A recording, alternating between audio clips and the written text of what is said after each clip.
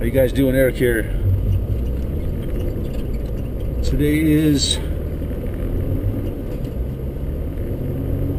Thursday, December 18th, 2014. We're talking about The Matrix. Philip Dick. He gave a speech. Well, he's an author. He was an author. I don't know. I don't even know if he's still alive, but he gave a speech back in like 1979. So like, I guess he was a pretty popular author, and there was quite a few people there, and he was talking about like deja vu being like a clue that we're living in some sort. He didn't call it the Matrix, and he called it that we could be living in a computer simulation, and that deja vu is could be a clue to that. You know, like, I know we've all experienced it. Oh, look at those chemtrails, beautiful this morning, huh? We've all experienced deja vu, you know, and I've wondered that for a long time. You know, what's that about? You know, I've been here before. I've done, you know, it's like, what does it mean? You know, even when I was a kid, my mother would tell me, would give me clues and stuff like, if you didn't exist, none of this would exist. You know, my mother, she didn't really understand these things, but she did, but she was a big believer in the Bible and Christ. You know, I mean, she didn't go to church or nothing, but she was a strong believer in Jesus Christ, and because I guess she got that from her grandmother. But she gave me a lot of clues that we were living in some kind of simulation. I thought it was pretty interesting. This guy Philip Dick was talking about it back in 1979, long before the movie The Matrix ever came out. But I was watching another video the other day where we're talking about Morpheus was talking to Neo, and he tells him that if he takes the blue pill, he can wake up and believe whatever he wants. If he takes the red pill, he keep tumbling down the rabbit hole and see how deep it goes. Well, the video was showing how if you look into Morpheus's glasses, there's two Neos. The Neo is representing all of humanity, really. And there's two Neos. One is on the blue pill side and one's on the red pill side. Well, the Neo that's on the blue pill side, he can't reach out and grab the pill because he has no freedom of choice. He's like a slave, you know. He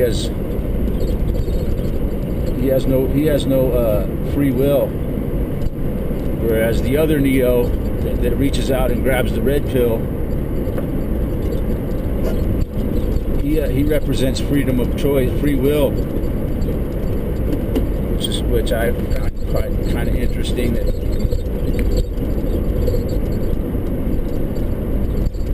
it's basically saying that there's two versions of all of us: the ones that are trapped in reality in the Matrix and will never can never get away from it. You know, never realize that this existence is like a prison. You know, we're in a cell, the human cell, and never be free. You know, where the one that takes the red pill can wake up and realize that he is in a prison, and that the only way that he can get out of it is to wake up and realize it. It's a question. It's a matter of free will. It's like your decisions create your reality is what it's going into. that every choice we make in life, it puts us into a new path. Every time we make a choice, we head down a whole new pathway of probability, again, is what they call it. So like the Matrix is they call it like a infinite probability field. Is basically, it's just a wave function that, like I've talked about before, the wave function, where there's really nothing there until it's observed by a consciousness, and every choice we make is that consciousness sends us into a whole new pathway of reality.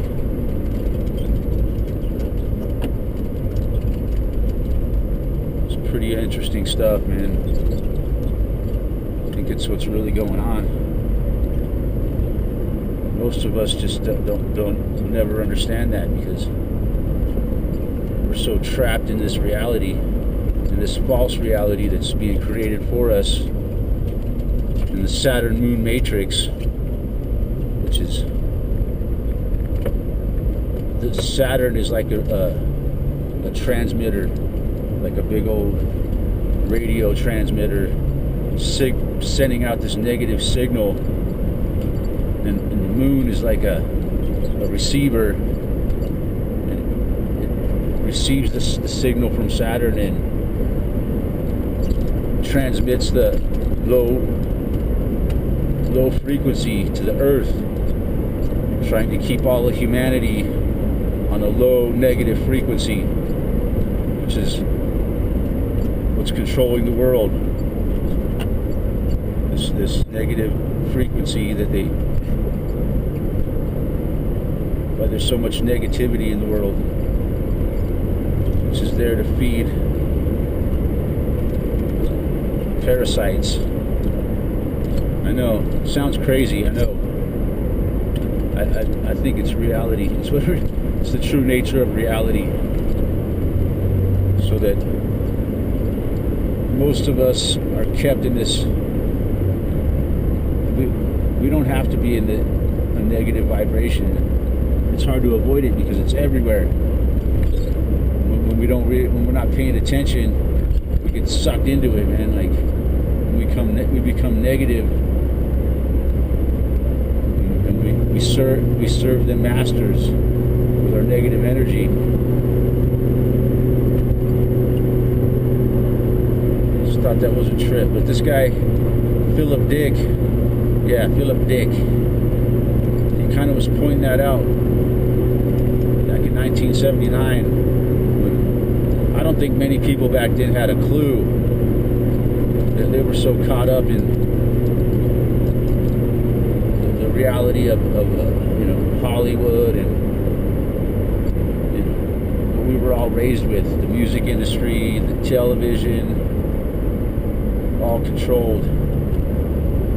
Just look at television, all the sitcoms. It's just terrible, man. It's like they make stupid fucking platitudes, and then all of a sudden the laugh track comes on, and it's supposed to be a joke, but really it's not. It's not really a joke. There's nothing funny about it, but we're supposed to think it's funny because they put a laugh track on there. Ha ha ha ha ha ha! Oh, that's funny. When there's really nothing funny about it, and they're still doing it. All the sitcoms today still have the same exact formula that they had back in the 60s and 70s and 50s, 1950s, that is, back in the 1900s. They're still here in the 21st century, haven't evolved beyond that, because it works so well. The television was invented as a mind control device, I think. Well, it's a fact.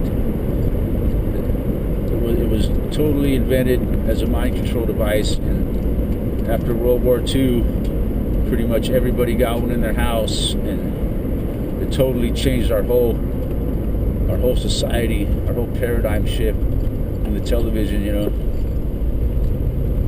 The flicker rate, it puts you into a low state of frequency where you can be easily programmed. And that's what they've been using for all these years. And it's worked really well for them. That's why they came out with the HD TV like 10 years ago or something. They made it mandatory that everybody had to get an HD TV, or else, you know, you couldn't watch TV no more, pretty much. Well, I mean, you can still use an old TV, but a lot of the TV cable and satellite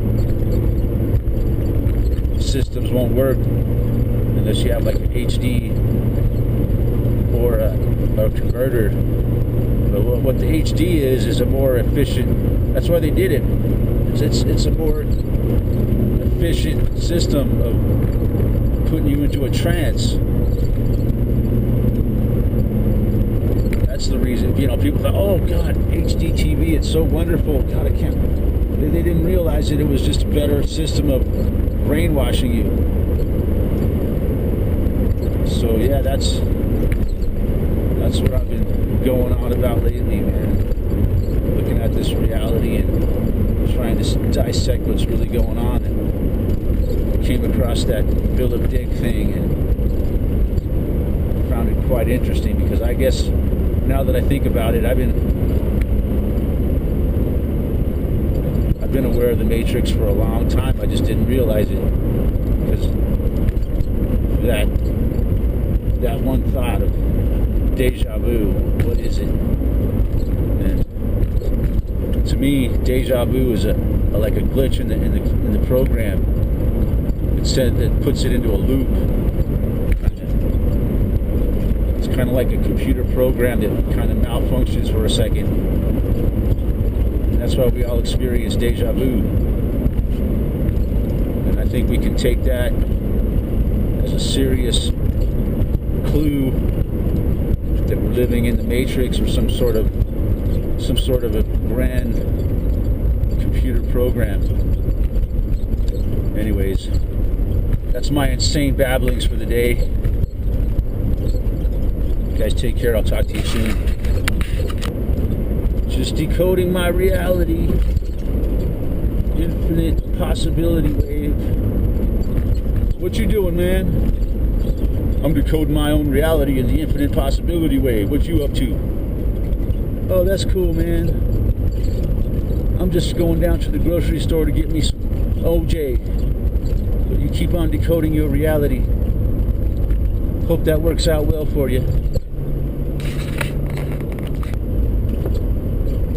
Beautiful Netherland, Colorado. Home of the hippie. Home of the dead hippie.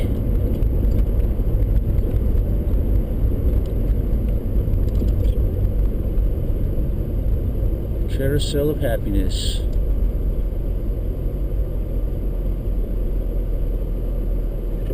As I call it, the carousel of bankruptcy. The carousel of insanity.